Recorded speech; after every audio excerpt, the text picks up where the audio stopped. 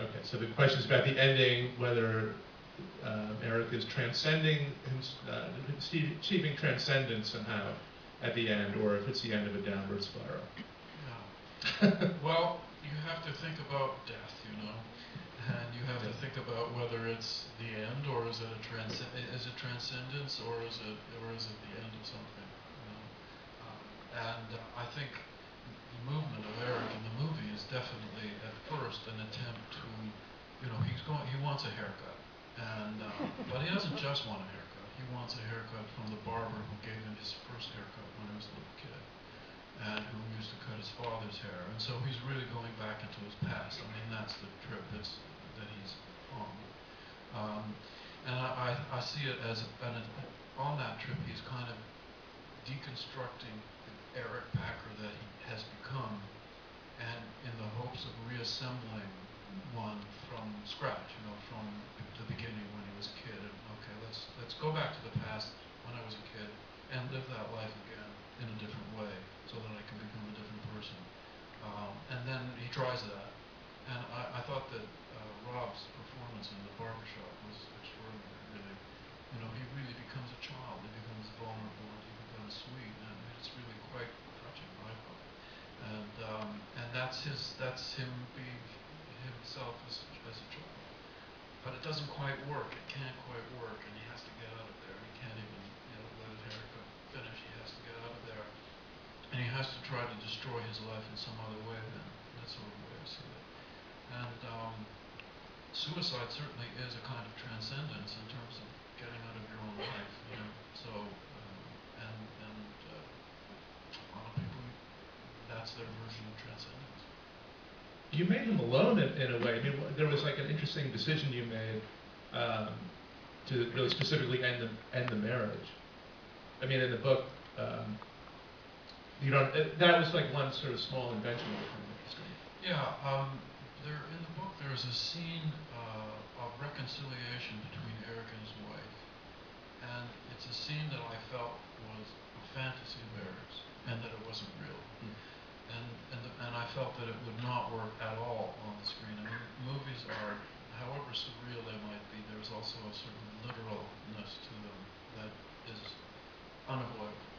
And this scene was a scene of the limo comes across a film shoot in the night in the streets of New York, where there are 150 naked extras lying around on the roads and sidewalks in a kind of weird naked orgy scene.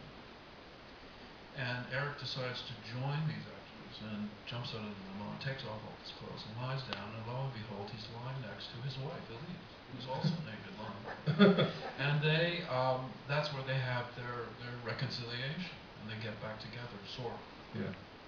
And obviously, I mean, you can tell by the way I'm talking about it, I didn't feel it would ever be convincing, even given the sort of, shall we say, heightened reality that the movie takes place in.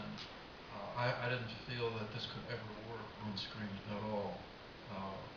It's so unrealistic that such a thing could happen that way with no police and no where were the second ADs hurting the extras, and where were the people taking photos and gawking at all these naked people lying around. So I didn't think it would work.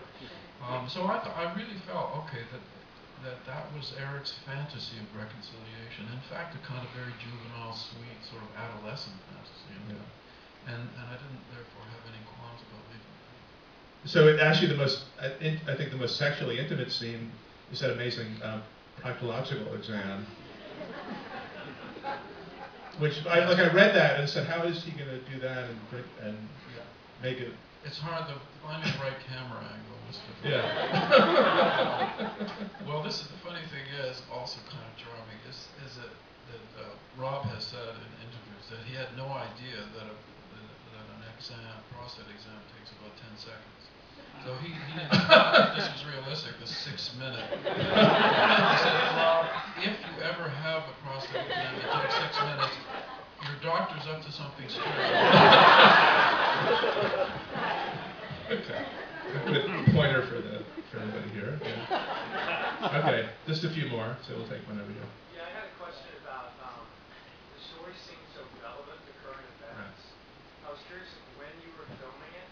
Was it during the Occupy movement? Did that influence production decisions?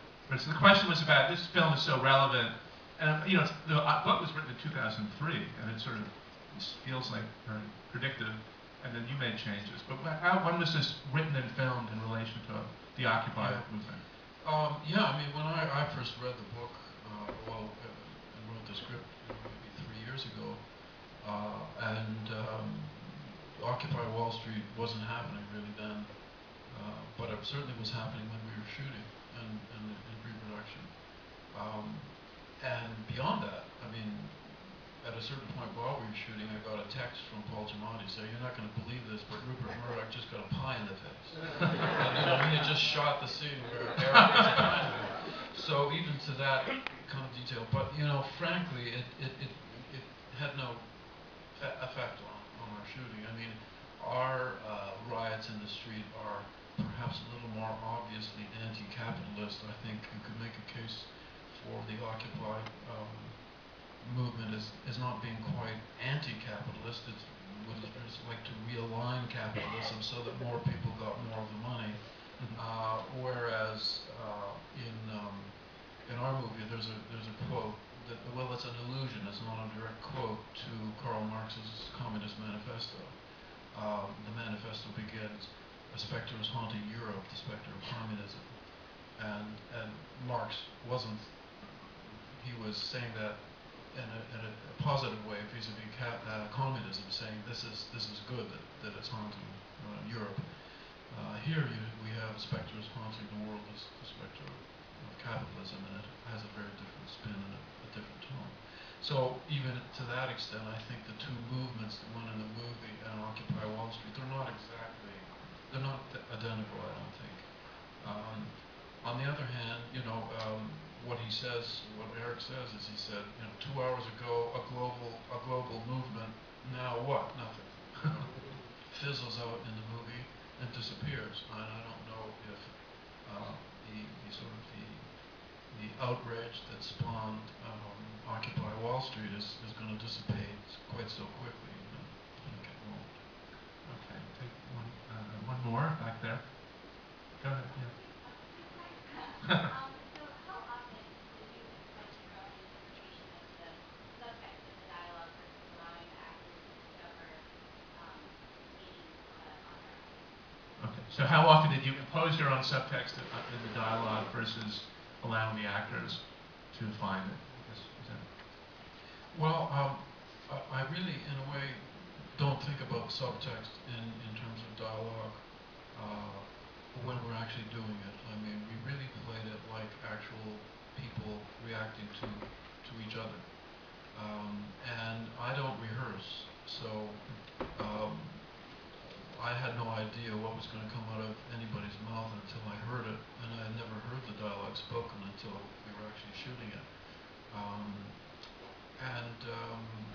I react in it's a very sculptural, spontaneous process for me, making a movie. I don't do storyboards, as I said. I don't know what the movie's totally going to be. You do a lot of preparation because you have to design the limo. Of course, one of the things I did was put the seat, Eric's seat, in the middle of the rear of the limo like a throne instead of, you know, that wasn't described in the book. So you've done a lot of prep that sets some things up. But once you're starting to shoot, it's a surprise, you know. I mean, I really didn't know what was going to happen. And so, yes, I let the actors do what they want to begin with, absolutely. And some of them are more prepared. Some of them have spent a lot of time. Rob said that Sarah Gada, who plays Elise, said to him, "So, how did you prepare for the role?" And he said that totally freaked him out, and he had to like stumble out of the limo and go talk to himself for a while because he hadn't prepared at all. He was very prepared, but prepared meant. But you see, it didn't matter in the actual playing of it. It was as though there were just two people saying things they had never said before. You see, and so you don't want to over-prepare in a way. And especially since it is like a tennis match, you know, you don't know how hard the guy's serve is going to be, because you're playing some guy who's ranked 133rd theater and you've never seen a play before. You have to play what your opponent or your compatriot is, you know. The subtext, the analysis, all of that comes after the fact. I mean, I could, you know, I'm enough of an academic, I guess, that I could write an essay on this movie and show how it connects to all of my other movies, for example.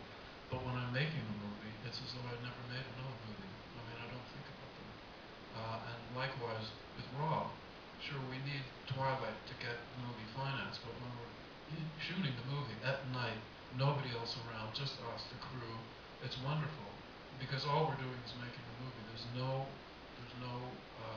world around us. You know, we are in the limo. We are in our bubble. Okay. Well, the film opens tomorrow. We know everybody from the stock exchange is going to be there, but you can tell your friends to go as well. And thanks so much.